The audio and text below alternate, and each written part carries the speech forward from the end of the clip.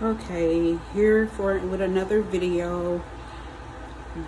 As you can see, a keloid is forming right here. As you can also see that there is fluid coming out from up under it, and this is, as long as the fluid is like a pale color, then you're fine. But get a good Q-tip, a clean one at that, and you clean around it. I don't know if you guys. Now, drainage is not a bad thing due to the fact that that's just a sign of it healing. This is a 14 gauge, and I took it out and put a 16 gauge back in it, and I didn't know that by me putting a 16 gauge in it, it was actually going to make it shrink back down to 16 gauge size. So yesterday I put the 14 gauge back in, and actually the one that I put in was a little shorter than the one I have in now. And as you can see, I don't know if you guys can see that, but see how it's like hard? It's like really hard right here. That is like scar tissue building up. This side, on the other hand, is not bad, but as you can see, I have crusties around it. So for the keloid, you take another Q-tip and you make sure that you get that off. But what you do is, with a different Q-tip, you get you either some lavender oil. Lavender oil is really good. It's like the tea tree oil. It's just not as strong as the tea tree oil, but it is definitely strong. So what you do is you, hold on for just a moment. So as you can see, it's swollen. All this right here is swollen. This side is always my problem side. My problem child, like from all the way back to here, is swollen. This side, on the other hand, is not swollen. It's normal. This one is always the good side. But even inside of it, if you look, that's where our tongue is. That's where the flat piece is inside my cheek. And then you can see it. So since it's a little swollen, it tends to put pressure on the flat piece on my cheek, but it's not inside of my cheek. But so you take the lavender oil. I hope everyone is having a pretty good day so far. So you take the lavender oil on a Q-tip, and me, I like to soak my Q-tip. That way, still ain't all that wet, but hold on for a second. So what I do with my Q-tip, if I do this, it's really, okay. And you probably can see it right there. And then I had makeup on earlier too, so I thought I cleaned it off. But yeah, you take and just rub it.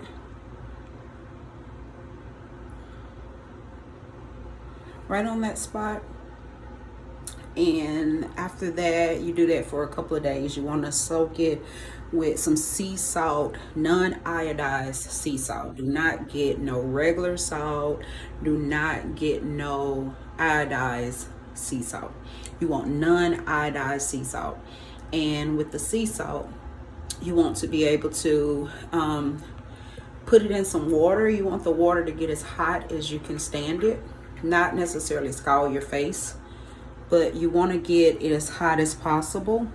So that way, and I'm going to show you which kind that I use. Hold on for just a second. But that way you can actually use that, and it's really good, and it heals very fast.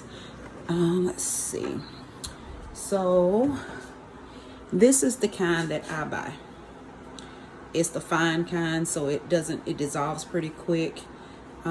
This is like $2-3 at Walmart. I'm not sure about anywhere else. I do a lot of shopping at Walmart, but 2 or 3 times out of the day, you soak your cheek. You take a bottle, and I'll show you what I do with the bottle. Give me just one moment. Let's see. But yeah, I'm sorry. I've just been all of. You can even use. You can also use some antibacterial soap too.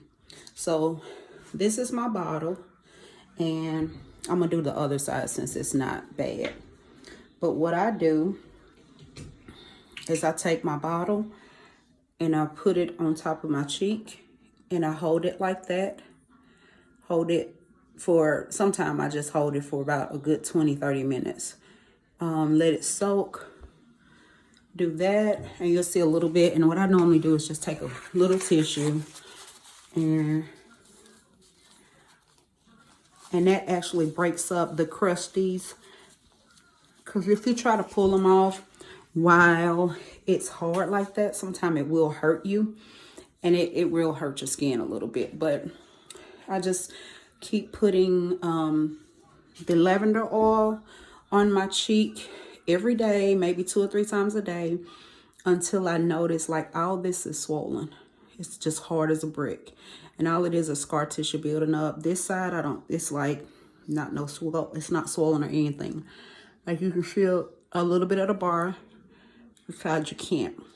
But you do that, and the only reason why I have the keloid is due to the fact the piercing, when I got it and put it back in, it put a lot of pressure on it. And then earlier today, it was like pushing. I had to go to the piercer and let them change out this bar, so it made it a little longer.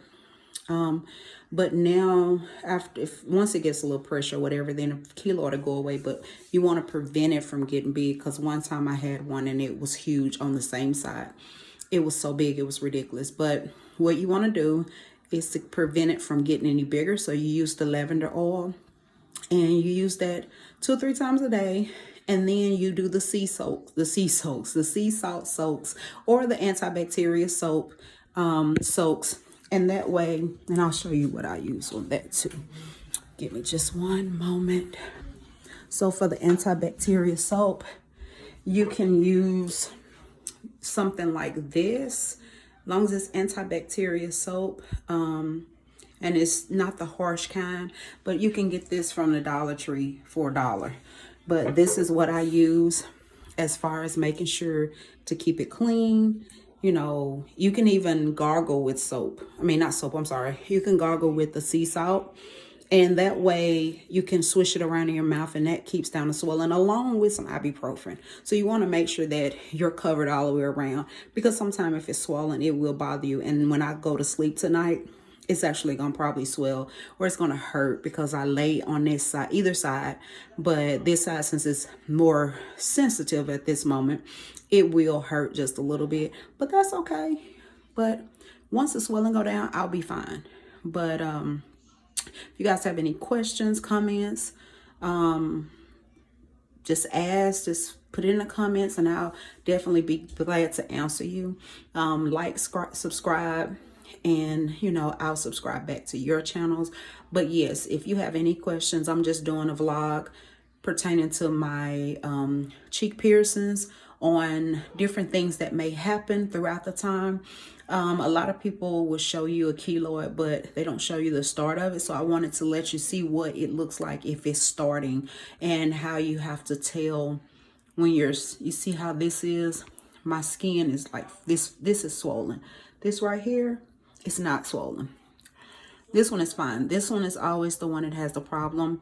But like I said, if you have any questions, comments, anything, just please comment in below, and I would definitely answer your questions, or comment back.